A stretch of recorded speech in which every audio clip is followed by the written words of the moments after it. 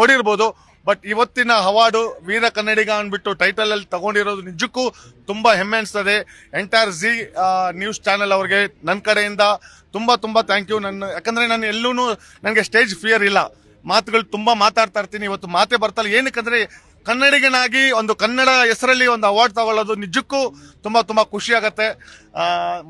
ಮಾತೇ ಬರ್ತಲ್ಲ. ಈ ಅವಾರ್ಡ್ ನನಗೆ ಆಕ್ಚುಲಿ ಒಂದು 4 ಜನಕ್ಕೆ ನಾನು ಡೆಡಿಕೇಟ್ ಮಾಡ್ಬೇಕಂತ ನಾನು ಇಷ್ಟಪಡ್ತೀನಿ. ಮೊದಲನೇದಾಗಿ ನನ್ನ ಪೇರೆಂಟ್ಸ್, ನನ್ನ ತಂದೆ ತಾಯಿ, ಹಾಗೂ ನನ್ನ ಈ ಮಟ್ಟಕ್ಕೆ ನನ್ನ ಬೆಳೆಸಿರೋದು ನಮ್ಮ boss doctor Xavier Brito sir. ಅವರು ಚೆನ್ನೈಯಲ್ಲಿ ಅವರು ಸಪೋರ್ಟ್ ಇಂದಾನೆ ನಾನು ಇಡೀ ಪ್ರಪಂಚ ತಿರುಗ್ತಾ ಇದ್ದೀನಿ. ನಾನು 2 ದಿನ ಹಿಂದೆನೆ ನಾನು ಸಿಂಗಾಪುರಿಂದ ಬಂದೆ. ಆಕ್ಚುಲಿ ನನ್ನ ವೈಫ್ ಬರ್ತ್ಡೇ ಸೆಲೆಬ್ರೇಟ್ ಮಾಡಕ್ಕೆ ನಾನು ಸಿಂಗಾಪುರ್ಗೆ ಹೋಗಿದ್ದೆ.